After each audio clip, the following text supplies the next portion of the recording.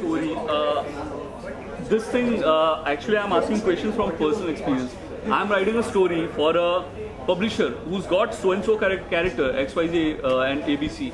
Using those two characters, making a unique story out of it, very unique. And then one filmmaker comes and he wants to make a film on that specific story. The characters are copyrighted with the publisher. What rights do I have got on this story that I created out of my own mind using these two characters? See, that's the point. It depends on what contract you signed with the first guy. Remember I said that it's not just the question of reproducing it in different media, it's also the right to make an adaptation out of that. So if you've given him permission to make adaptations, then the filmmaker has to talk to the publisher of the book or whatever, and not to you. But you said, okay, I'm going to give you permission only to publish a book and not to make a movie, then that's still in your hands. Okay, even though the character copyrights are with the publisher. No, he doesn't have character copyright. You've given him a story. Okay. That's it. No, I'm talking about, say, I'm writing a comic book for DC. I'm using Superman and Batman and I'm twisting the analogy and twisting the mythology of these two characters. Like totally I'm taking a new U-turn in the story. Okay, this is a new story using the similar characters doing different things. In which case, DC is given you permission to use these characters. DC is publishing the story. So the situation there would be where DC is given you permission to use these characters to make a story, and you've given them permission to use that story. Yeah. Now, at the same time, did you also give them permission to make a film? In the contract that I don't think will be there. If it's there, No, it will be. It will be, because most of these guys will say any adaptation. Okay. Right? Any different form. Okay. So it depends on how much you can hold back. Okay, and if there is no contract as such, it's just an understanding between the publisher and the writer. No, there is no such thing. See, that's the point. They say, okay, do it, we'll pay you this much. I'll say, okay, I'm doing it as a fanboy, I'm writing it for you. You're publishing it, I'm happy with it right now. And then one filmmaker comes in and he says, I want to make a film on this specific story. What rights do I have if I've said, okay, I've done this thing for you. And I'm just in love with these characters, that's why I'm doing this. For now. And I never thought anybody will come and do a film over it. But the point is this. If you are using that guy's characters, this third guy now can't make a film using those characters because there's enough of an identity, enough of a reputation, etc. in those.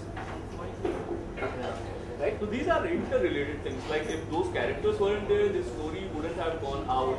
If the story wouldn't have gone out, that might have. However, if you can use the elements of the story and put your own characters in, then you can tell this guy that he can make a film out of it, sell it to him. You can. You can't take the exact same thing and put it here. Even though you may hold the copyright in that particular. Okay. So we haven't heard from you in a long time. So I'll just come back here. I have a case. Okay. If like I make some works and there's like a series of newspaper articles about the work and I want to go back because I don't find the articles very interesting or not exactly describing something that's there. But then I want to make a work again out of these articles. So can I use newspaper articles to put together again into another newspaper and put it back into circulation? Are you actually cutting out the newspaper and putting it in here? And then making some additional changes to it. So maybe it could be done in another color, so maybe marking out things and all that, or highlighting. See, it's a good idea not to just take the text and put it down, right? But let's say you're working with a series of factual events. You've gone back, you've done your research, you found out these are the facts. Good idea would be to sort of just rewrite it yourself, give a false newspaper name, etc. all of that. Otherwise, these guys still have a copyright to the newspaper as such. The appearance, the printed copy, the printed version of the newspaper. They may not have a copyright of the facts. Though that printed paper they still do. But I can't like just cut up a few and like put them into a collage and then make out another. Not a good idea. No, you can't. A lot of newspapers still do this. They sell old copies, prints, reprints of really old newspapers from special events. You can't. But because newspapers probably owned by a company rather than a real person, the copyright there is 60 years, not from death of author, but 60 years from publication. Something that's 1947 probably out of copyright, and you can take something from there.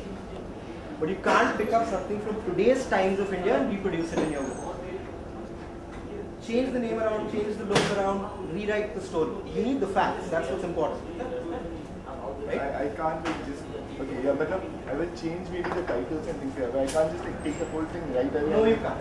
Into, yeah. No, you can't. What you can say is that on such and such a day, Times of India said XYZ. But you can't take the whole thing and put it down. He's a painter, by the way. For me, also putting it out in the similar format becomes like an important part for my laser control. Like putting it back into a newspaper kind of a...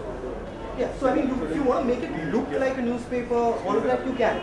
Then, yeah. But don't pass it off as Times of India or whatever, some actual newspaper.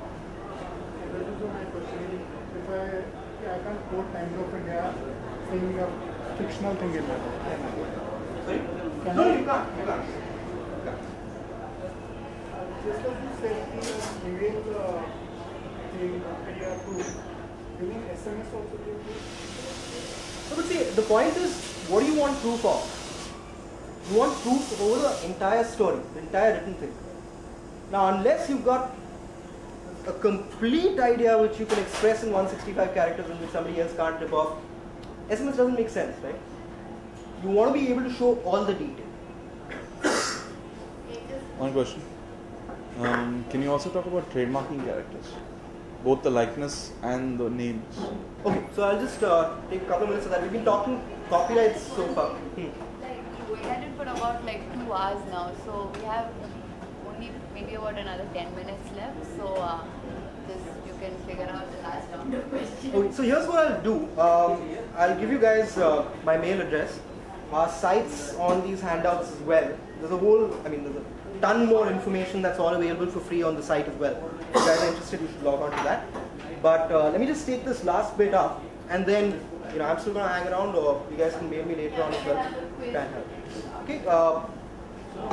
Copyright any creative work that you want to make. You want to prevent other people from making copies of it, distributing it, etc. One set of things. If you put some kind of name, shape, logo, device on a bunch of goods and start selling those goods under that name, you get what is called a trademark. Right? The whole concept of trademarking a character really doesn't make sense unless you're putting that character on other stuff and selling that stuff. Right? Before that, you want to prevent somebody else from copying your character, using your character, that's still all copyright. So trademark is a different set of things altogether. Right? Suppose I create a character X, then I start putting X on a whole bunch of merchandise, action figures, kids' toys, etc., whatever else. Then I go and get that trademark also. Important thing to remember, important difference to remember is, once you have a copyright on something, you have a copyright on any form by default. But you have to actually go and apply for trademark registration, and you have to tell them what kinds of goods or services that trademark is for. So if there's X superhero who sells tiffin boxes and kids' toys, and somebody starts making X superhero completely different thing, fans or atta, it's okay because they're different things altogether. You can get rights in trademark even without registering, but it's a sensible idea to get it registered, because when you get it registered, you get some additional remedies as well. Okay, so there again, there's a pretty formal process. A bunch of forms that you fill out, there's a small fee that you pay, takes 2 to 3 years again, unless you're really lucky. Why all these things are taking so much time? Here's the point. A lot of it because the systems are just shit. Also because you apply for a trademark, I need to make sure that nobody else is already using it. But they cross-check it. So the first thing that you do is when you get a lawyer to file a trademark, they'll probably do a search, which means they'll go back, check all the trademarks and say, look, this is similar to XYZ, don't. Then you get it, maybe they have some opposition or something like that, you change it around, you modify it. Then they actually publish it in a trademark gazette, which is open, which anybody from the public can pick up. So if I see that you applied for something which is similar to what I'm doing, so a lot of big companies will keep a sharp eye on these gazettes, they can stop you from doing that. Only after that you get the trademark. There is that entire process. The idea of a trademark is, as a consumer, I know who is providing those goods. So general public has to have a chance to be able to say, look, I'm already using it, or this guy's already using it, this new chap shouldn't get. But that's the basic difference between a trademark and a copyright. Copyright exists work by itself. Trademark is in association with a certain bunch of goods. Suppose I get it factor and I haven't trademarked it. So XYZ product can use that because it's not my trademark. So before that, you still have copyright. So they can still use my copy. Yeah, so I create a character, looks like XYZ. Suppose I make a drawing. Somebody can't just pick that picture up and use it as a trademark. Forget the trademark fight. You still have copyright in that. Remember, these are all distinct. They still all exist. Sometimes there's overlaps as well. Completely distinct. Okay? So guys, I'm just going to wind up for now. Oh. You're just happy that I'm winding up. Okay, if you need anything else, our site details are down there. You can write to me. My email address is Bhavin, that's BHAVIN @rainmaker.co.in. Thank you.